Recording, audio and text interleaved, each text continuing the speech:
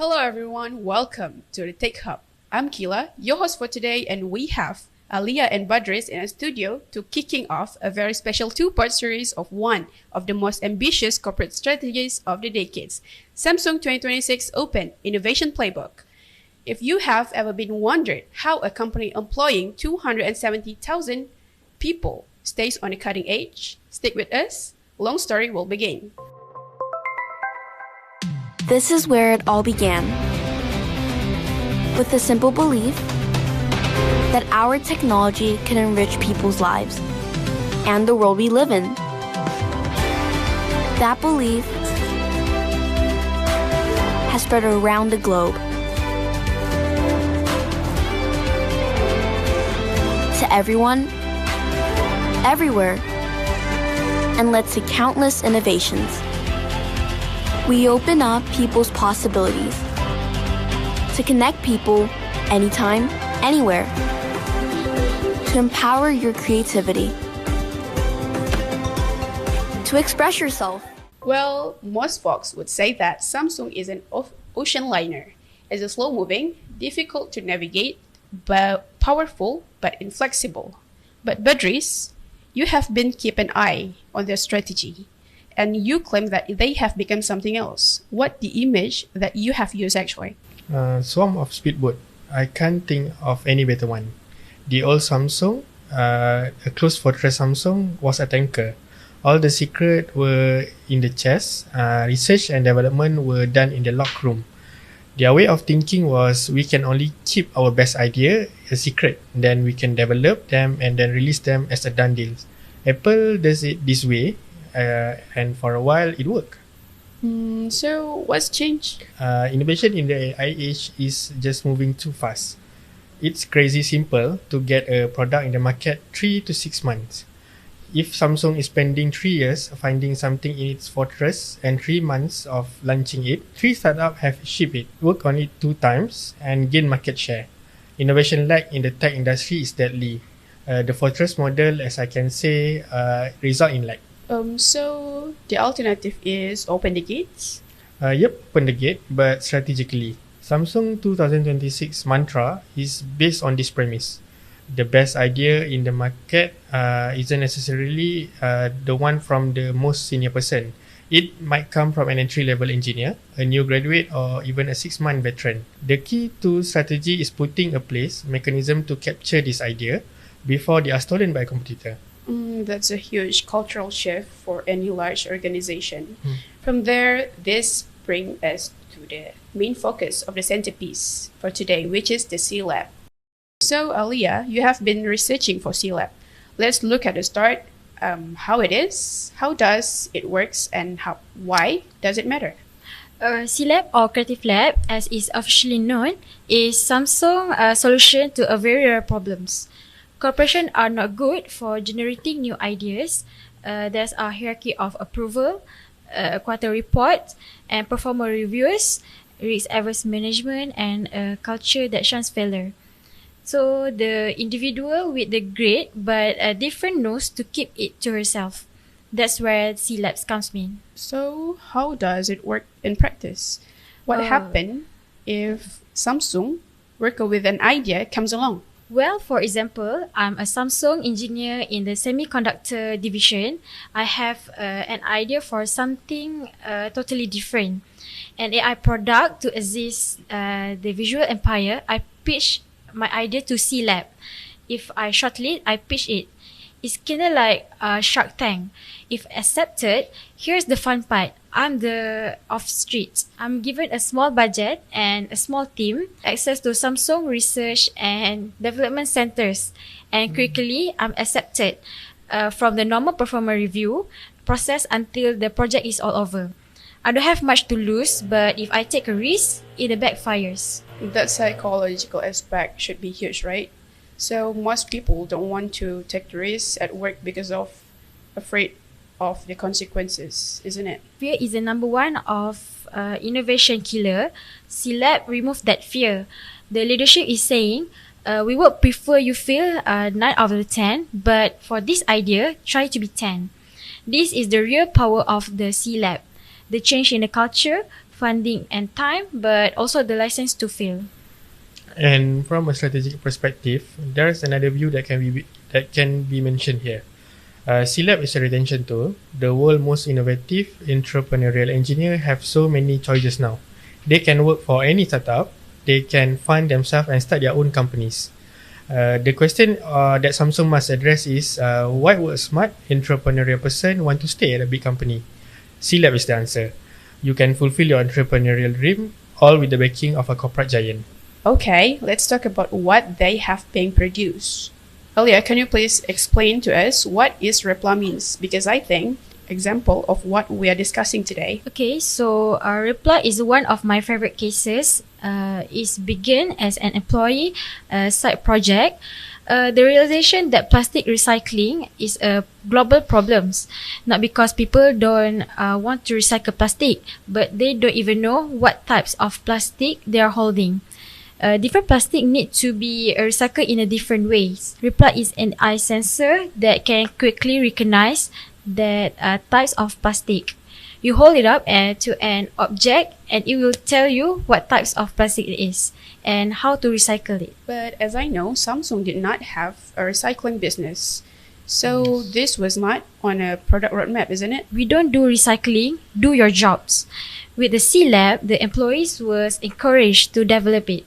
Repla became a startup company, separate, supported by Samsung, but free to develop at startup case. So perhaps in the future, your Samsung refrigerator will advise you about how to properly recycle and the packaging of the product you purchase. Let's go back a bit. When we look at all that work C-Lab has done, more than 500 projects they have been brainstormed and 100 of spin-off they have been launched around the world. What have they achieved? Is that the gadget, the patents, or the revenue? No, it's none of that. It's the culture. What Samsung has done with C-Lab is to create a shift mindset of 270,000 people around their approach to risk and innovation. When Samsung employees are told about Repla, about Illumino, the glasses that help the visually impaired to see better, they believe that their product could be the next big thing. This belief is more valuable than any product. It's the fuel for continuous innovation. I will add to that C-Lab has an outside. C-Lab outside where Samsung is incubating startups. No Samsung employees. They look for external founders, give them capital, mentoring and access to the Samsung network. And increasingly, they are looking to the Southeast Asia, especially Malaysia, Vietnam and Indonesia, external talent. The region is no longer a market for Samsung. It is becoming an innovation partner. Well, that's bring us to the episode 2 where we take over our new team. How do this innovation make their way into your home? How do the device communicate? And what is Samsung doing in Malaysia to nurture the next generation of talent? We'll find out in part 2. But for now, thank you Badris and Alia. This has been a part 1 of the Galaxy strategy. I'm Kila. See you in a part 2. Bye-bye.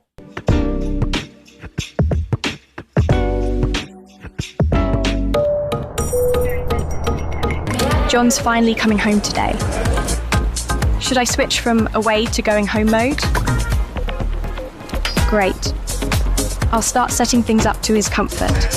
First, adjusting the lights.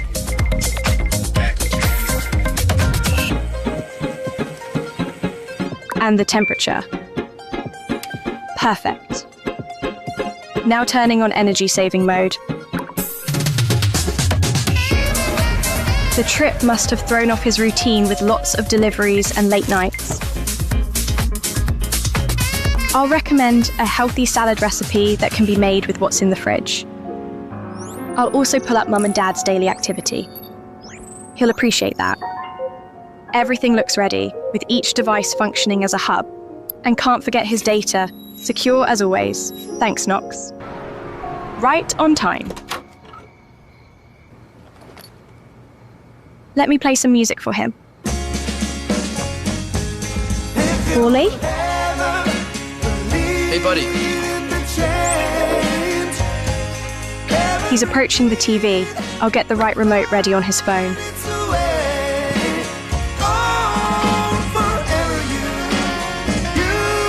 Smart Things meets AI Home. Hi, welcome to the Tech Hub. I'm Iza, and this is the second episode of Galaxy Strategy Series.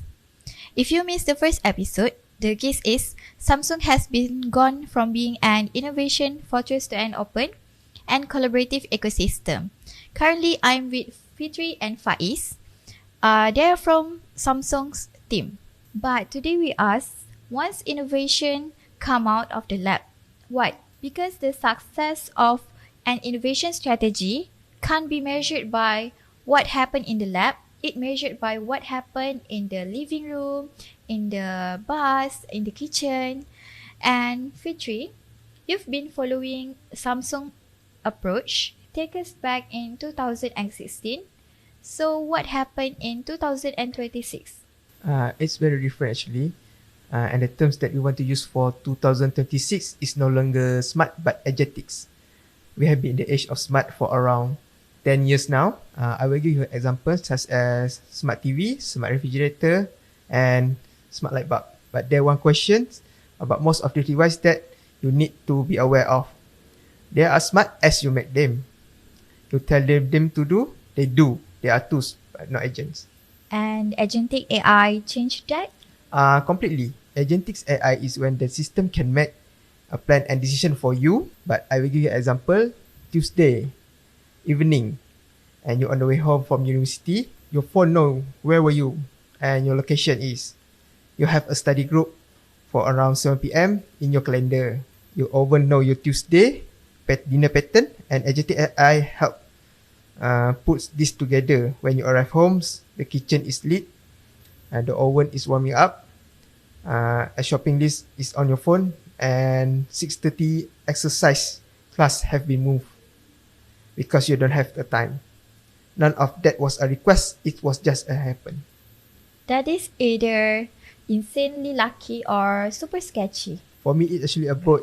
But from a Samsung perspective, this is a direction that are heading with smart things. Your Samsung device can now natively communicate with you. IKEA lighting, LG dishwasher, Dyson vacuum cleaner, and Tesla car. They all speak the same language now. Why would Samsung make their competitors' product better? Like, that sounds more contradictory. It's the oldest game in the platform. Remember when Microsoft did this in 90s? They did not go and build all the software. They made Windows that operating system on which other software runs. The more window that was made for Windows, the more useful Windows was. The more things that are connect smart with smart things, no matter who make them, the more smart things work. Samsung win the war, but not every battle. I have to question something, because if I have all my devices at home, such as my TV, my phone, my car, and whatso others, and if this system is open to other device, is that a big security problem?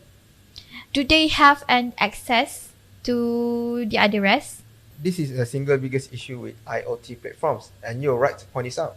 In fact, Samsung security teams pinpointed this as the key issue that needed to address to fully open and smart things. And they are come up with Knock Metric. And that is truly one of the most creative security solutions in consumer device today. Can I know how Knock Metrics it works? Knock Metric is designed to address a weakness in traditional security. Smart home security today is like having a single security guard at the home. Mm-hmm. You show your ID to get past to the guard. If someone managed to bypass the guard, for example, if they get a fake credential or phish it or exploit a software vulnerability, they are now inside the fence. But do this Knox metric is different? Completely different. Knock metric is designed around the concept of zero trust. Zero trust meaning what it says. No device is trusted. It's a neighborhood watch program for a device. So the security is distributed. There is no single point of security. Right. And that's its strength. In a traditional system, if you switch off the security hub, you switch off the system. In Knock Metrics, there is no central hub. The security is the network. To compromise it, you have to compromise everything. Let's bring this plane down locally. Because we've been talking about global strategy, Silicon Valley culture, Korean corporate culture. But there is a local chapter of this story is playing out in Malaysia. Faiz, you've been examining Samsung presence. Yes, and I want all the students to take note part of this because it is so relevant to you. Samsung Malaysia is not just selling phones. They are investing in a long term in a talent and ecosystem development through the Samsung Innovation Campus, which is a global education program and is very active in Malaysia. What does the Innovation Campus do? What does a student experience? It's a bootcamp and integrated university program. It is include Python programming, AI basic, big data and coding fundamental. So just to recap, because I want to recap to all our listener, Samsung's strategy in 2016 is on 3 levels. Samsung's Galaxy strategy in 2016 is threefold. Within through C-Lab, they are tapping into innovation through their employees. Externally, with SmartThing, they are creating an open platform to connect everything from all brands. And locally, via the Innovation Campus and C-Lab outside, they are building the human infrastructure to maintain the ecosystem for the next 10 years. And internally, making sure openness doesn't become risk is not metric. And what I love about this thing that aren't in isolation. They are designed by the interlink. The culture of openness in C-Labs lead to openness in SmartThing like API. The skill C-Lab innovation campus neutrals become the community of developers that build on smart things. It is a strategy, not a series of initiatives. And so, smart, local, and open. That is the Galaxy strategies for 2026. Thank you to Fitri and Faiz, and thank you to the episode 1 team Kila, Badris, and Alia for opening the stage. To our listener, the next big thing is coming. So, you can create, control, and lead, particularly from your current position. I'm Iza, and this is Tech Hub. Keep doing, keep creating, and we catch you next time. Bye-bye.